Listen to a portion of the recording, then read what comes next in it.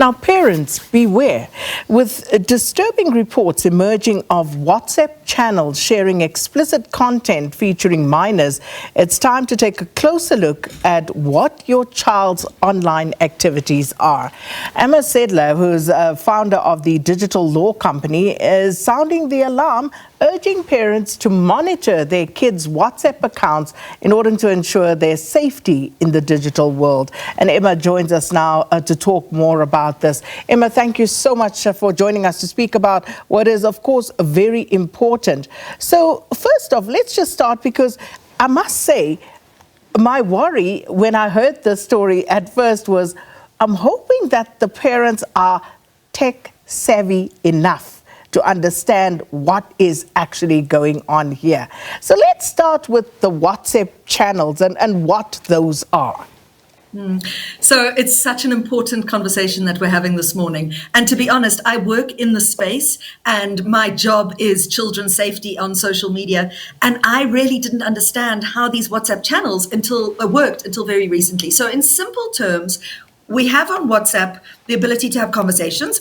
So I have a chat with you, then we can have a group which has a maximum size of 1,024 people. There's identifying information on that group. We know who else is on the group, we know who started it, and then we can start communities which have all these groups inside the community.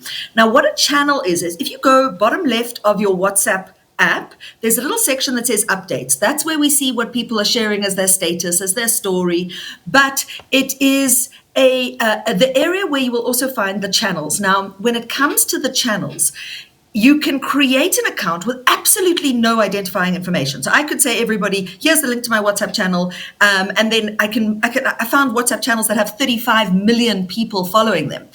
But the difficulty with monitoring what your children are looking at on your WhatsApp channels, and it's not encrypted and there's no identifying information. You have no idea who started the channel, who else is following the channel. All you can see is the name of the channel, how many people are following the channel, and when it was created. So it's a huge issue in terms of we can't hold anybody responsible for terrible content shared on those channels if we don't know who's behind it. So we actually landed up taking Meta to court last week in South Africa and got a groundbreaking court order in terms of which by midday today, they have to hand over identifying information so we can work out who created these WhatsApp channels. But one of the most difficult things, Sakina, is that the WhatsApp channels, your kids can go and look at content shared on those WhatsApp channels without actually following them, which means as a parent, even if you are tech savvy and you're going to check what your child's following on WhatsApp, the reality is they don't need to kind of join that channel in order to see the content. They can just view as an outsider, which makes it an incredibly dangerous platform.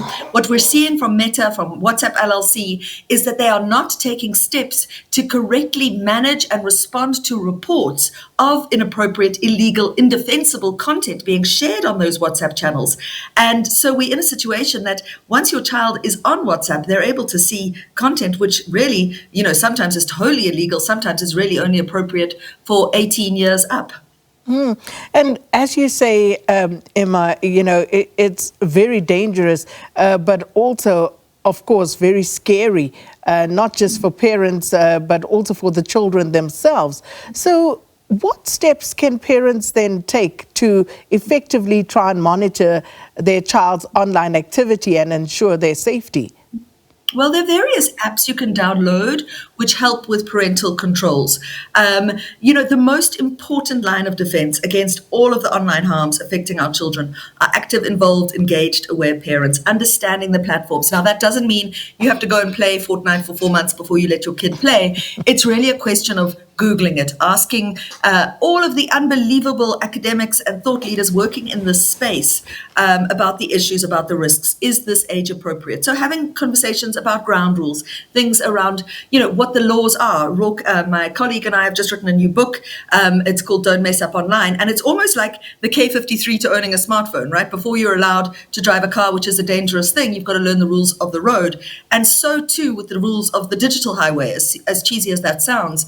But it is a complicated space. There are laws that are triggered. There are children, teenagers being arrested because of content shared on social media. We have very strict criminal laws, civil laws that affect children. And the problem is that we as parents often don't know what those laws are. So we're failing our children in terms of what the risks of teaching them how to behave online. So I think one of the most important things is talking to your children, trying not to overreact when your child comes to you and says they've seen inappropriate material, because it just means the next time it happens, they won't tell you. One of the most important things, and it was really reiterated to me in this mad week of litigation that we had last week, is how important it is to take your child's phone away when they go to bed at night. No tech behind closed doors at home.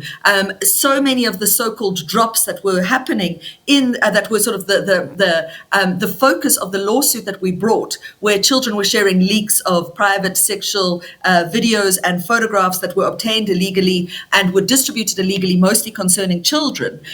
They were happening in the middle of the night. So people on these WhatsApp channels were saying, big drop coming at midnight, big drop coming at 2 a.m. And there were 20,000 kids watching what these drops were going to be. So really no good comes from your child having their phone with them in the middle of the night, and understanding how the platforms work, basic rules, what the laws are, and making sure your child understands how things can go horribly, horribly wrong, and trying as far as possible to guard them against that harm. And, you know, Emma, there's so much there in what you've just said. It's such a minefield because, as you say, there are no rules. We hand our 2-year-olds, you know, a phone to watch Coco Melon, and from there it starts us off on a dangerous path, because when do you ever take it back? And these kids are, a lot of the time, and I would say unintentionally so, left to their own devices on these devices. And this is where the problems creep in. But then, what is an appropriate age for you to have this discussion with your child? So you know, when we're talking about private content, the kinds of adult content that we see online, a lot of the academics say that 8 is too late, you know. And I think that what we see is parents in all good faith, and I'm not judging parents here. I am a parent. I understand how complicated it is. And as I say, I work in the space nonstop, and just staying on top of the new developments, the new technical developments, the new apps, the new issues is a full-time job. But it's, I think, delaying as far as possible. No screen time under the age of 2, between 2 and 3, making sure your children are not watching mindless, crazy stuff that's just going to lead them to a lifetime of tech addiction, accumulatively 1 hour a day. Then absolutely no cell phones in primary school. Smartphones should be banned for children under the age of 13.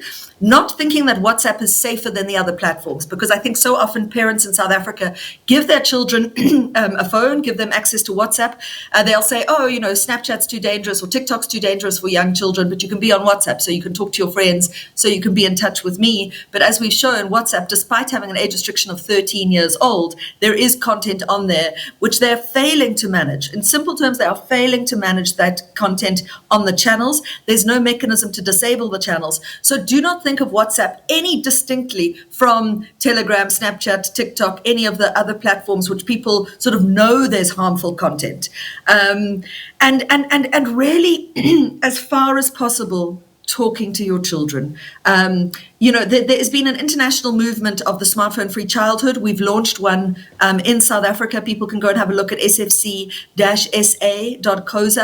which is the South African outlet of how do we get EdTech out of schools? How do we get parents to delay giving their children smartphones?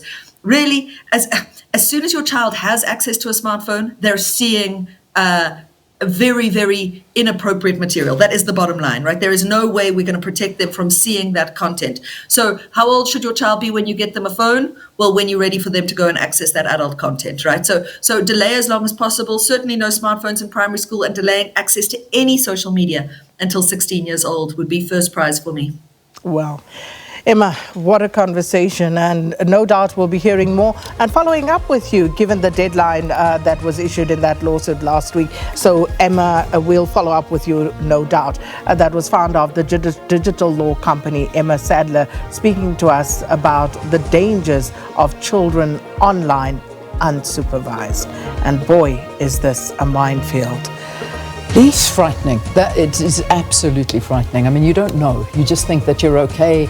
They're on WhatsApp. They're talking to their friends. But You just realize nobody is your friend on these things when they're faceless. It's You know just what was frightening. The perler for me there in what Emma said, when they had these drops Yeah. after midnight, Yeah, yeah. and you have 20,000 children All sitting and watching all this sitting in and their watching, rooms. waiting. Yeah. No, Wow, it's parents. very scary. Yeah. Put that device on lock. That's what we do. We sort of have this lock on the phone that at 8 o'clock they can't access anything. I mean, that's just what we do. I don't know what you do, but Has to be you've got done. to do something. Fortunately, mine are adults. Yeah, exactly. All right. Okay.